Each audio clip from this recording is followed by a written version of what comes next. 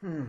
All right, hello. This is a video for Ohlone College, summer 2017, on our policy papers. My apologies, I'm a little behind getting this out. I wanted to get this out before the weekend, actually, but just some things came up. I had trouble at some other campus, and it's July 4th. It's July 4th. I'm recording this video on July 4th, but if I fall behind, I have to catch up as well. So the goal of this video is to start you off thinking about what to do for a policy paper. The short of it is you'll pick a realm of public policy and work on it either alone or together. If you work in a group, you have to write and research more than you do as an individual. Be sure to print the requirements. So online there are the policy paper worksheets, a triangulation worksheet, and links to research question guidelines. So, how can science help with public policy? Well, in popular discourse, most questions of public policy are discussed with little reference to scientific evidence or facts, right? Our goal in this assignment is to try to use the tools of science to determine some facts about public policy. Now, I don't expect you to be perfect. We want to do as best as we can. I have some easy methods for you that are pretty tried and true that can help guide you through this process, okay? So remember, right, we did this activity in class, but, I asked the question, is this true or false? Crime today is much higher than historical averages. And, oh, where'd it go? I guess I took it off. As you should recall, crime is basically at historical average. So I showed you that in class. I had it in this, maybe it's somewhere sitting back there. It'll come up in a sec. But crime is at historical averages. What types of things should you pick? Um, well, you can pick pretty much anything, any realm of public policy, and then you also have to pick 2 to 4 policy options or policy alternatives, okay? Um, Policy options or alternatives would be changes that either exist somewhere right now or that people commonly talk about, okay? For most of you, it's a pretty one-size-fits-all approach. If you follow the directions, you do it the way I tell you to do it, you'll be fine.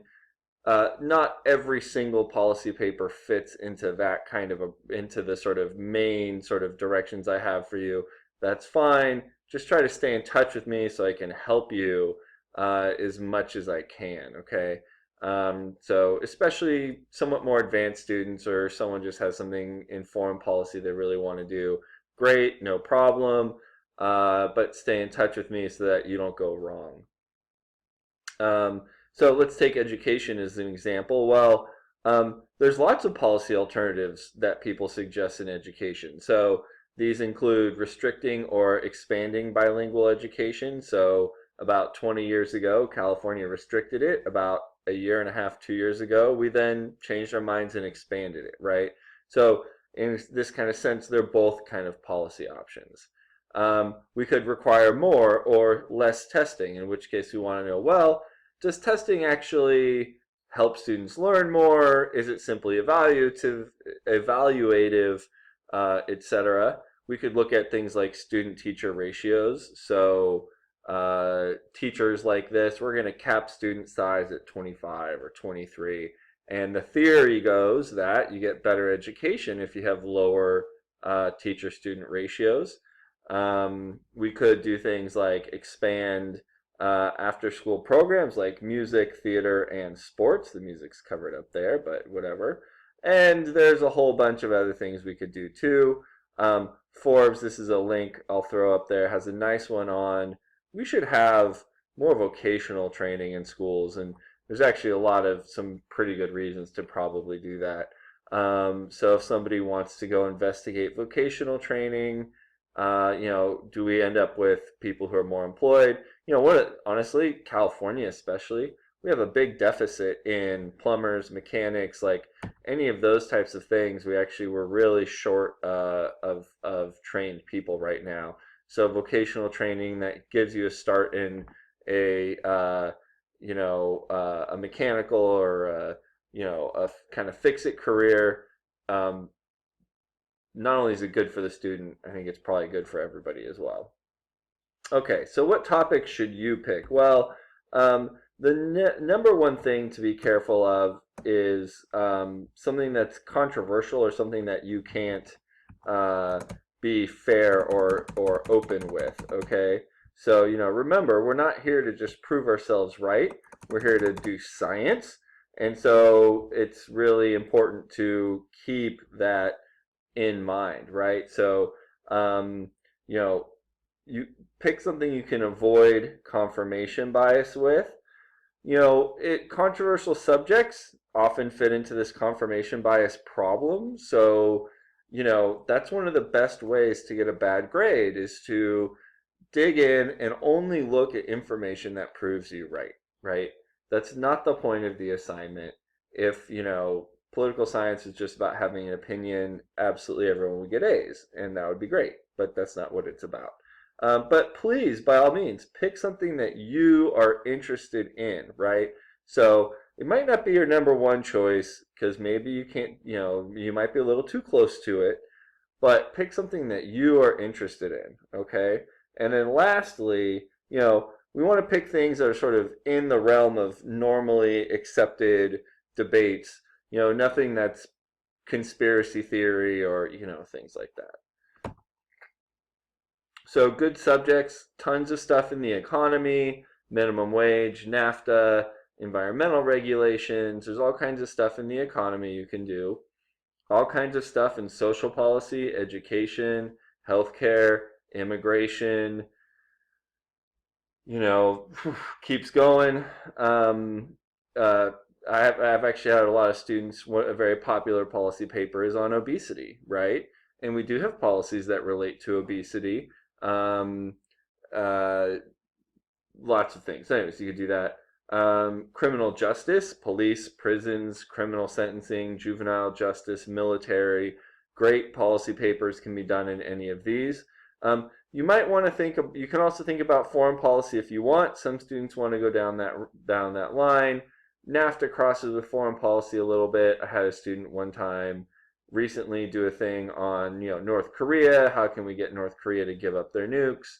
Had another student say, I want to try to solve the Israel-Palestine conflict. I said, good luck, but by all means, write a paper and try to work through all the difficulties of it, right? It's a 50-year conflict. One policy paper from a student is not going to fix it, but it's a really worthwhile thing to think about and to try to figure out what maybe could be done. There's several chapters in your book on policy, so surf around and see what you can find, right? So perfectly fine to spend some time. We'll have class time talking about this as well. And then, you also want to remember rational ignorance. The goal of this project is to pick a subject that you can reduce your rational ignorance. Normally in the school year, I actually have students present to each other at the end, and then everybody's kind of teaching each other at the end. It's really cool. When it goes well, it's fascinating, and I even learned some stuff. This is the summer. Most of the projects are going to be individual. That's fine. There it is, U.S. violent crime rate. Here we are today over here. You can kind of see it down there. Hard to tell, but right about historical average, right? So this is where we are today, roughly. It went up a little bit lately, and this is historical average. Right, we can play lots of little games with people think X, but Y is true. But rather than me do all of it for you, I'm sending you out to be researchers and try to find the answers for yourself. Pretty good idea. So two key concepts. We've talked about some of these already. The first is multi-causality, and the second is triangulation, right? So multi-causality, which we talked about the very first day of class, is just the idea that in any thing that happens in political or social life, there's a number of factors that go into causing one thing or another. So I got goofy up here. Right, just keep that in mind. So I did the example in class of of education. And sorry, I'm doing that so you can see my face and I can talk at the same time. I did the example in class of education. You know, we go down the list, but the first and most important factor is parental level of education. And then you get to socioeconomic status and what school you're at. And then you get quality of teaching. And then like maybe around fifth, how do you do it that way? Around fifth, you have, well, what's the policy, right? Like, are we testing more? Are we testing less? So there you go. Now, triangulation, very important. So this is one of our most important techniques that for doing your research is absolutely essential, and that can help guide you from unintentionally even falling into confirmation bias. Okay, so triangulation really helps get around this. So basically, the idea of triangulation is just like a triangle, right? So it's a triangle. And we get a better picture of the facts if we look at evidence from multiple sources and multiple points of view. By getting a lot of evidence from different points of view, we feel a lot more confident that we're getting close to the right answer. I have a Wikipedia page and another short thing I gave you. I even have, which I just finally did up now, I've been meaning to do it for a while, but I did a Word document with a triangle on it, and at the top it says claim, and it's everything set up just right for you to use that in your research to try to triangulate claims, okay? So when you do your research papers, this is critical. You need to use the Research Help and Tips guideline, which has little L's and R's on there to sort of help you triangulate. And then second, the triangulation worksheet to really keep it present in your mind for how we want to be dealing with different kinds of research and claims. Here's a couple of, well, it's a couple of write-ups, which is kind of interesting. I'm just going to throw them up online. I'm trying to go a little bit quick here. But on gun violence, right? And so the CDC, which is the Center for Disease Control, did a study, and then interestingly kind of got written up by people on the left and the right, and they kind of write it up in different ways, and you can see them kind of pushing the information a little bit, but the study itself is pretty much, you know, according to triangulation, the CDC, very reliable overall, and then you have a sort of lefty write-up and a righty write-up, and it's really interesting how they take the same information and then just portray it differently. You want to try to be like the CDC, not like Slate or Guns and Ammo, right? Slate is a lefty website, and Guns and Ammo is Guns and Ammo. They love guns. You know, here's another example of triangulation. Does immigration cost the U.S. economy jobs? Well, we were doing a lot of this research a few years back because there was a bill that had made it through the Senate. And that was, you know, quite interesting. But this is another interesting piece of evidence on this. So if you want to do immigration, or guns, right, I kind of have you started off a little bit, or vocational training. It's like a couple of like little sort of write-ups. Now for you guys, you do have to get the hardcore research, but I'm giving you the short write-up version because I found it. I know it's quality work. It's not being too pushy, and it gets the idea out there for you. Okay, so I'm doing a little bit of the shorthand here just as an example because I don't want you reading 30 pages, right, for an example. But this is a really important write-up. How many triangles are in here? You know, okay, well, if you look at this Yahoo thing, one, there's a conservative news outlet arguing that immigration is pretty much mostly beneficial to the economy. So that's like a little triangle right there. Then you have in that one write-up, they have sources from the left and the right that show the same or similar conclusions, and just important factor, they're honest that it's not all good news. There's a little bit of a wage suppression factor, it seems, from undocumented immigration, right? Notice there's like at minimum 3 triangles in this one document. There's more for others. So triangulation, how to use it. Let me show you the document I just put together actually on this, so you can take a look at that. Come on, Word. What's the word? There you are. Triangulation, a guide, right? All right, look at here. At the top, you put your claim. So as an example, this is what we talked about before. Does the minimum wage, actually I should change this, does raising the minimum wage caused businesses to lay off workers, right? Okay, that's your claim at the top. That's the claim we're trying to investigate. It goes up here. And then here at the bottom of the triangle, we have far left, lefty liberal, center left, middle, center right, far right. Sources, research sources from the help and tips guideline, okay? I do not want news, no news, okay?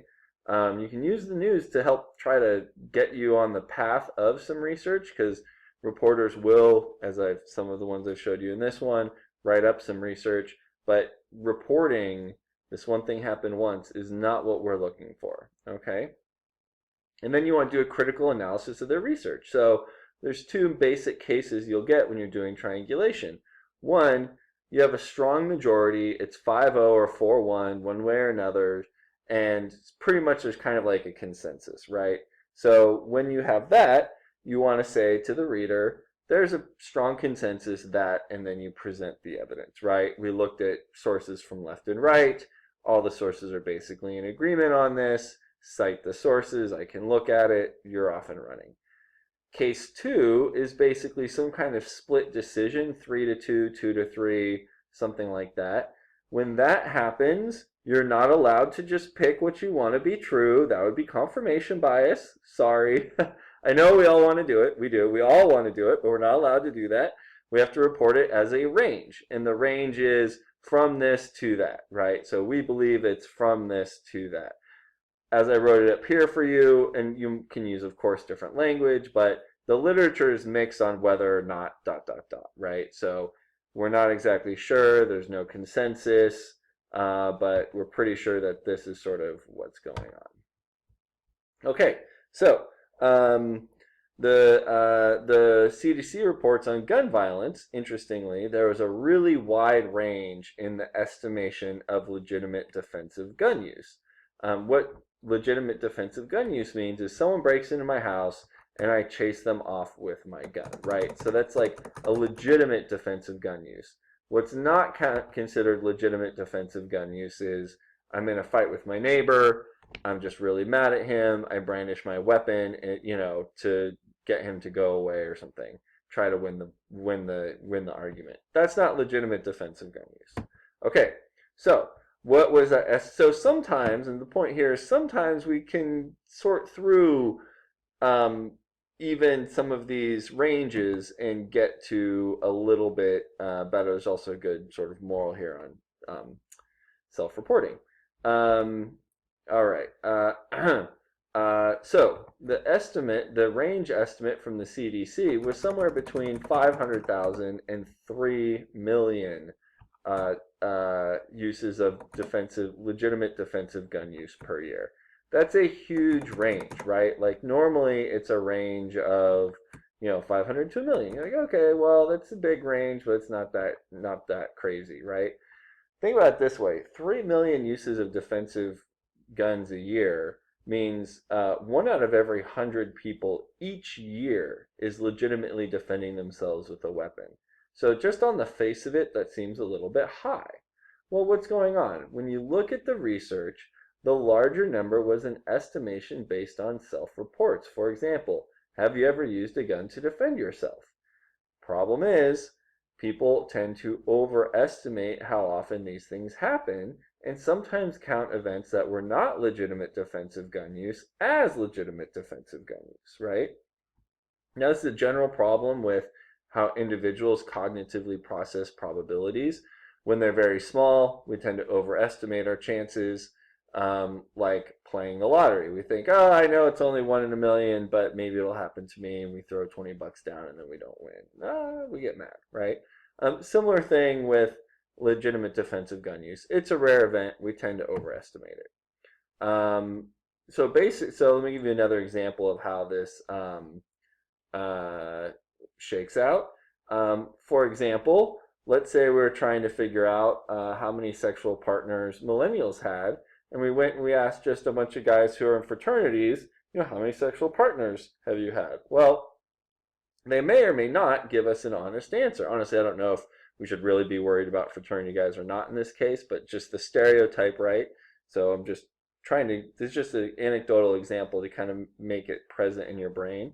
Well, what's your typical, if you will, and again, I got nothing against fraternities, but it's just your typical fraternity brother going to say, like, oh, I'm a real ladies man. I've had so many sexual partners. The ladies really love me, blah, blah, blah.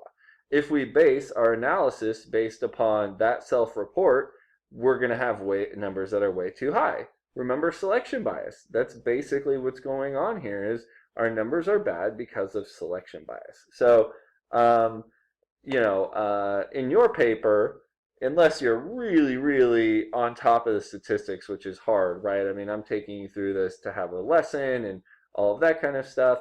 In your paper, my recommendation is you report both numbers, but in this case, you might say something like, we should be a bit wary of the larger estimate of defensive gun use because it is based on less reliable self-reporting survey methods, right? Now, look, I do not expect perfection, right? I'm not grading you on if you get the right answer exactly. But if you use the method, you'll be in the ballpark, okay? And so what's that? That's good faith effort. I'm grading you on following directions, using the formula, using the materials that I've given you. If you do this, if you follow through on triangulation in your daily life as well, I spend my whole day triangulating because I don't have time to, go do a bunch of stats all myself. So I want to know an answer to a question about this or that. I just go triangulate. I mean, it's one of the most basic and most helpful social science methods, right? Triangulation, and it helps control bias in just a fantastic way. And that's your goal for this, is basically we want to have you using triangulation to sift through and get within the ballpark of what's going on, we think, in the real world. And look, even if there's a consensus, it's possible everybody's wrong. Just because people think they're right doesn't mean they're right. There's other problems like groupthink and stuff like that. So, but come on, for right now, we're here trying to, figure out what the consensus is, or if there's not a consensus, etc. All right, so that's the video, and we'll talk about more of this stuff on Monday at class. Hope you guys are having a great 4th of July.